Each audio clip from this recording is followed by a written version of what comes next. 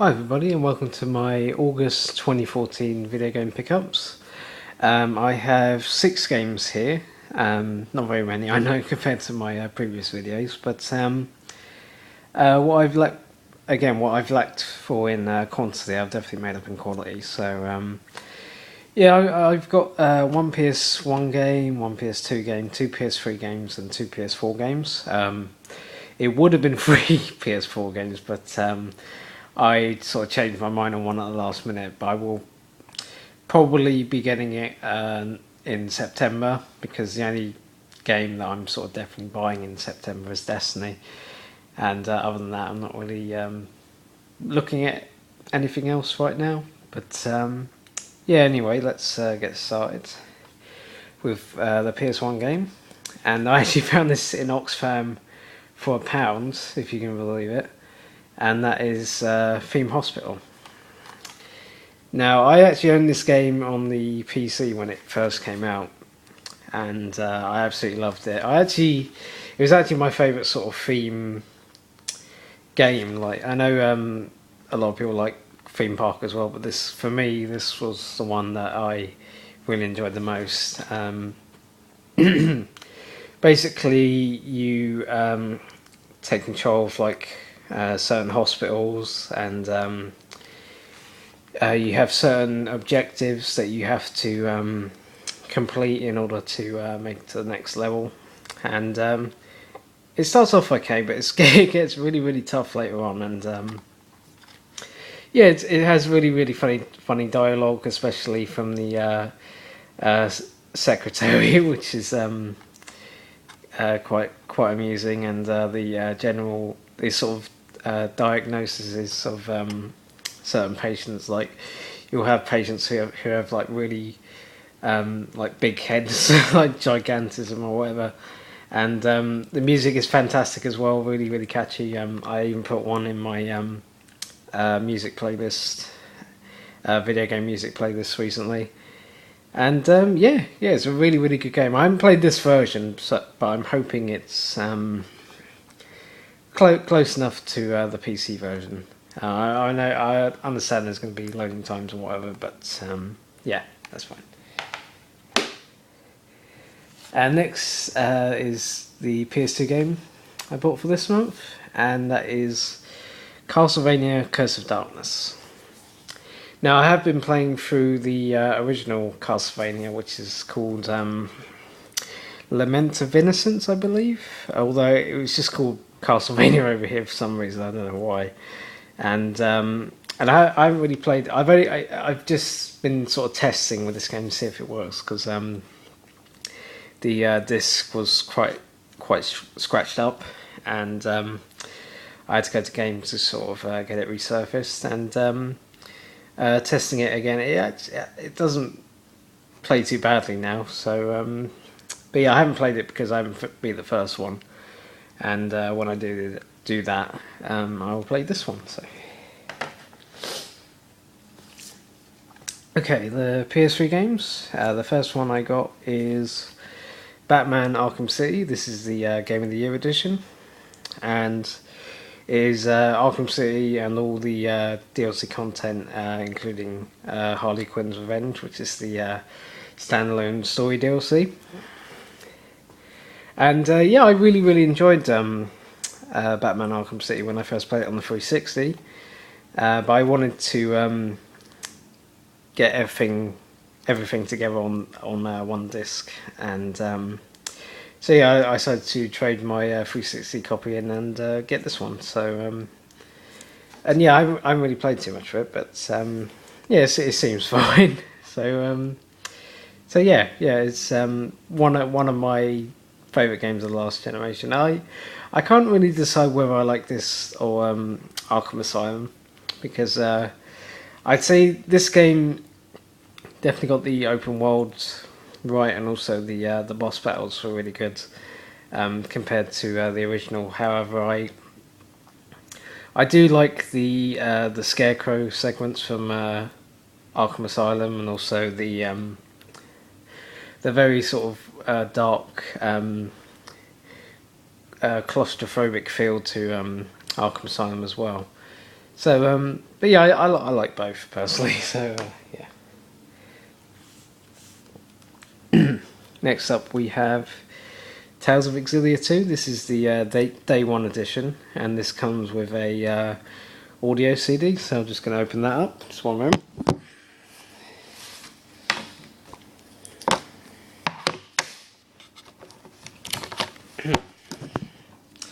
And it also comes in a steelbook as well, which is quite nice. Manual, and also the like Namco sort of registration code, and yeah, the game and the soundtrack. So that's pretty cool. I haven't actually had a chance to play this yet, because I know this is a direct sequel to Tales of Exodia 1, and I've got around to like the halfway point, and I've sort of reached a point in the game where I want to do all the optional bosses and all the side missions I haven't done so far that I can do, and also I have sort of recently started a new job, so I haven't really had the time to play a traditional JRPG. So but I will get round to it at some point, because I have been really looking forward to playing this one. So yeah, Tales of Exodia 2.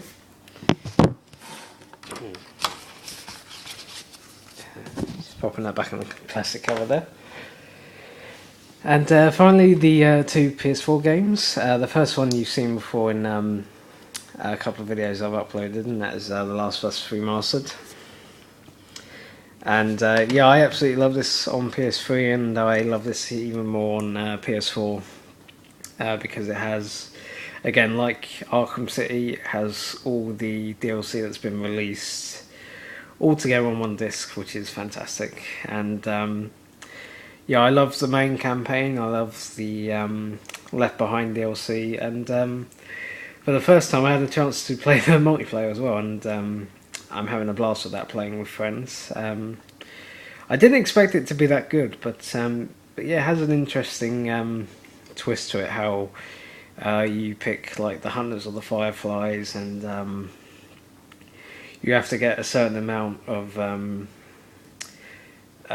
sort of salvage, or whatever it is you have to sort of pick up after you kill an enemy, and with that you keep your survivors alive, and you keep gaining more, and if you're not doing so well, you'll start losing people. And yeah, it gives every competitive match that you play it's something to fight for, and it also keeps you on your toes when you think you're doing great, and then like you'll have a bad game, and then everything can change. So but yeah, overall, The Last of Us Remastered is a fantastic package, and if you've not played this game before, then you really need to now, because it is that damn good.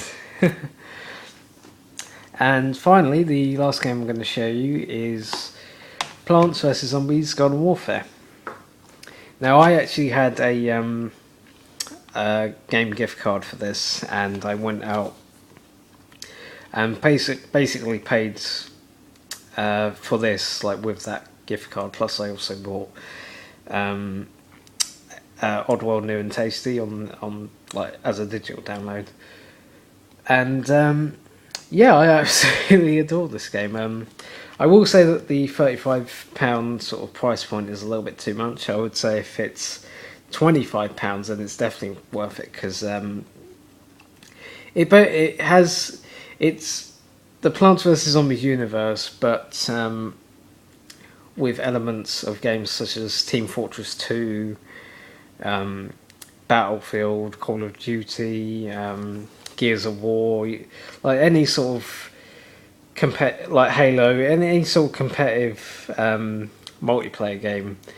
It's sort of added to this, but given that sort of really zany, over the top, child friendly feel to it, and yeah, it's a real sort of breath of fresh air, and in the sort of days of all this sort of serious like amazingly serious, like comparing multiplayer stuff. You know, load of microwave style explosions and all that stuff, like Titanfall and whatnot. And but watching both of these, both that game and this game, I actually think this looks more fun. And there's loads of different modes. It is multiplayer only. That's another reason why I feel that £35 is too much for it. It has a sort of Gears of War style horde mode that's sort of based around the original Plants vs Zombies game, and it's called Garden Ops, where you have to, as the plants, protect your garden, and it's sort of done with a sort of wave system. Like you get to like 10 waves, and then every 5 waves there's like a boss, and then like after the 10th wave is done, you have to get to this like caravan in order to escape, and like you're given a time limit in which to sort of stay in that circle and get out of there. And also various different competitive multiplayer modes, such as Team Vanquish, which is your typical sort of team deathmatch. Gardens and Graveyards, which is sort of like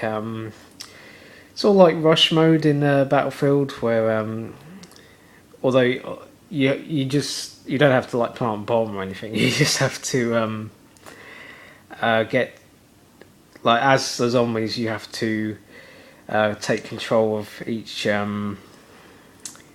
garden. There's like 5 or 6 in total, and then as the plants, you have to defend it within a certain time. What else? No mode, which is like Halo 3 like objective mode, where you have like a bomb that's sort of a gnome, like with a gnome attached to it for some reason, and you have to sort of take out 3 bomb points on your opponent's side of the map. And what was the other one? Oh, Team Vanquish Confirmed, or Vanquish Confirmed, I believe it's called. It's like it's sort of like Kill Confirmed from Call of Duty, where you kill someone and you have to take their tag without being like taken out yourself. And that's pretty good. It's got like a sort of tactical element to it, where you have to sort of really play together as a team and take out the enemy as professionally as possible. And yeah, there's a lot of different like customization modes, like with the characters, and various different abilities you can earn over time. And overall, it's a really, really fun game. And when it gets to a reasonable price, I definitely recommend it, because it's such an addictive multiplayer game, and one of my favourite games of this year so far. So yeah. Okay, and that's it for my August 2014 video game pickups. I hope you enjoyed it. Not many games to show you again, but hopefully in the next couple of months that'll pick up. And yeah, I will see you next time. Take care, everyone. Bye bye.